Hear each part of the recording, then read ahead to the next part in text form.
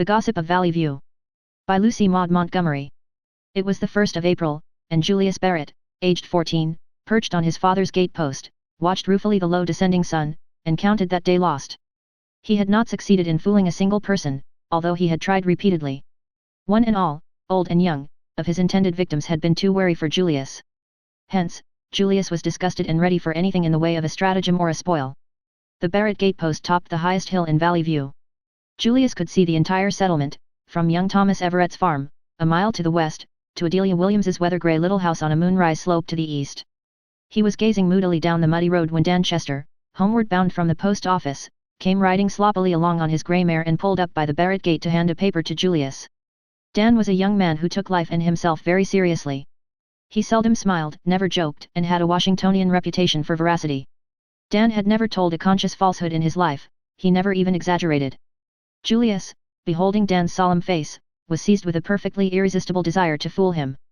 At the same moment his eye caught the dazzling reflection of the setting sun on the windows of Adelia Williams's house, and he had an inspiration little short of diabolical. "Have you heard the news, Dan?" he asked. "No, what is it?" asked Dan. "I dunno's I ought to tell it," said Julius reflectively. "It's kind of a family affair, but then Adelia didn't say not to, and anyway it'll be all over the place soon. So I'll tell you, Dan, if you'll promise never to tell who told you. Adelia Williams and young Thomas Everett are going to be married." Julius delivered himself of this tremendous lie with a transparently earnest countenance. Yet Dan, credulous as he was, could not believe it all at once. "Get out," he said. "It's true, pon my word," protested Julius. "Adelia was up last night and told Ma all about it. Ma's her cousin, you know. The wedding is to be in June, and Adelia asked Ma to help her get her quilts and things ready."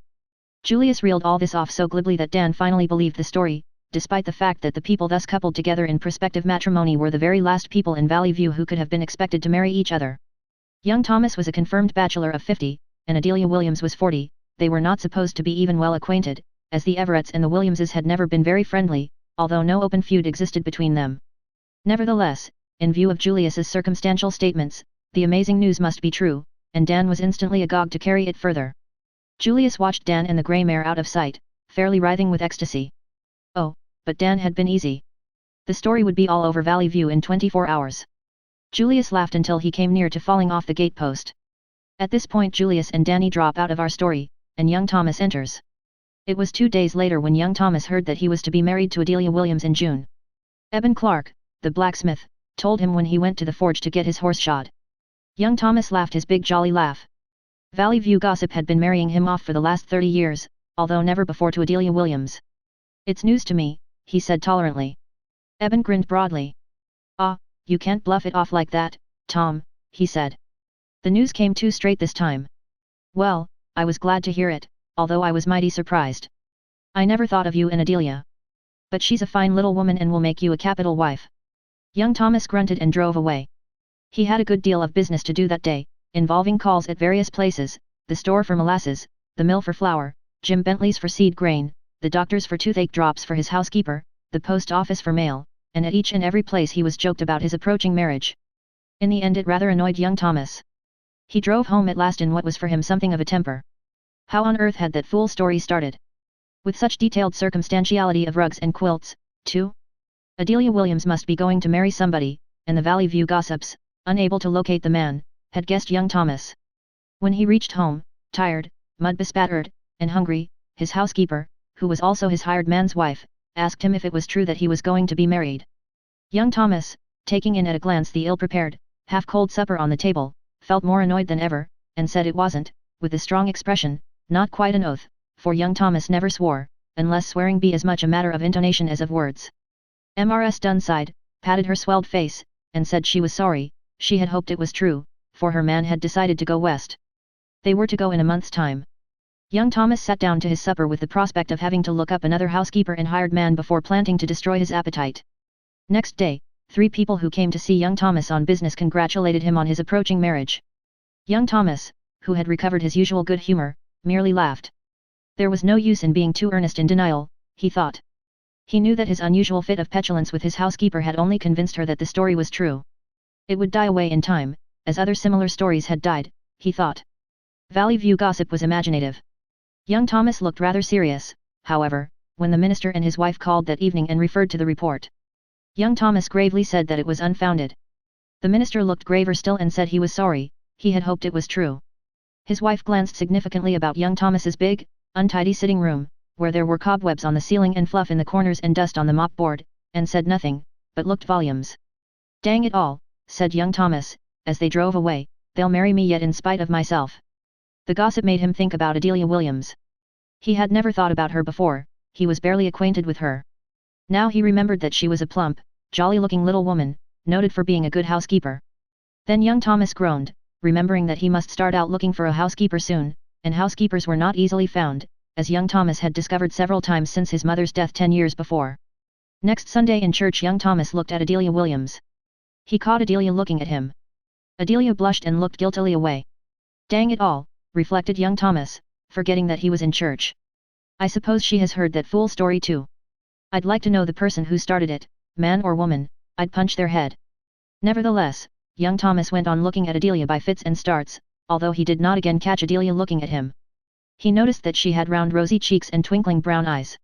She did not look like an old maid, and young Thomas wondered that she had been allowed to become one. Sarah Barnett, now, to whom report had married him a year ago, looked like a dried sour apple. For the next 4 weeks the story haunted young Thomas like a spectre. Down it would not. Everywhere he went he was joked about it. It gathered fresh detail every week. Adelia was getting her clothes ready, she was to be married in seal brown cashmere, Vinnie Lawrence at Valley Center was making it for her, she had got a new hat with a long ostrich plume, some said white, some said grey. Young Thomas kept wondering who the man could be, for he was convinced that Adelia was going to marry somebody.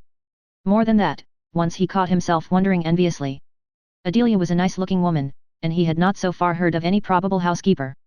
"Dang it all," said young Thomas to himself in desperation. "I wouldn't care if it was true."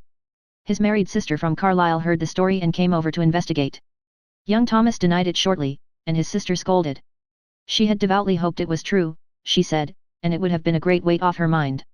"This house is in a disgraceful condition, Thomas," she said severely. "It would break Mother's heart if she could rise out of her grave to see it. And Adelia Williams is a perfect housekeeper." "You didn't used to think so much of the Williams crowd," said young Thomas drily. "Oh, some of them don't amount to much," admitted Maria, "but Adelia is all right." Catching sight of an odd look on young Thomas's face, she added hastily, "Thomas Everett, I believe it's true after all." "Now, is it? For mercy's sake don't be so sly. You might tell me, your own and only sister, if it is." "Oh, shut up," was young Thomas's unfeeling reply to his own and only sister. Young Thomas told himself that night that Valley View gossip would drive him into an asylum yet if it didn't let up. He also wondered if Adelia was as much persecuted as himself. No doubt she was. He never could catch her eye in church now, but he would have been surprised had he realized how many times he tried to. The climax came the 3rd week in May, when young Thomas, who had been keeping house for himself for 3 weeks, received a letter in an express box from his cousin, Charles Everett, out in Manitoba. Charles and he had been chums in their boyhood. They corresponded occasionally still, although it was 20 years since Charles had gone west. The letter was to congratulate young Thomas on his approaching marriage. Charles had heard of it through some Valley View correspondence of his wife. He was much pleased, he had always liked Adelia, he said, had been an old beau of hers, in fact. Thomas might give her a kiss for him if he liked. He forwarded a wedding present by express and hoped they would be very happy, etc. The present was an elaborate hat-rack of polished buffalo horns, mounted on red plush, with an inset mirror. Young Thomas set it up on the kitchen table and scowled moodily at his reflection in the mirror. If wedding presents were beginning to come, it was high time something was done. The matter was past being a joke. This affair of the present would certainly get out, things always got out in Valley View, dang it all, and he would never hear the last of it. "I'll marry," said young Thomas decisively.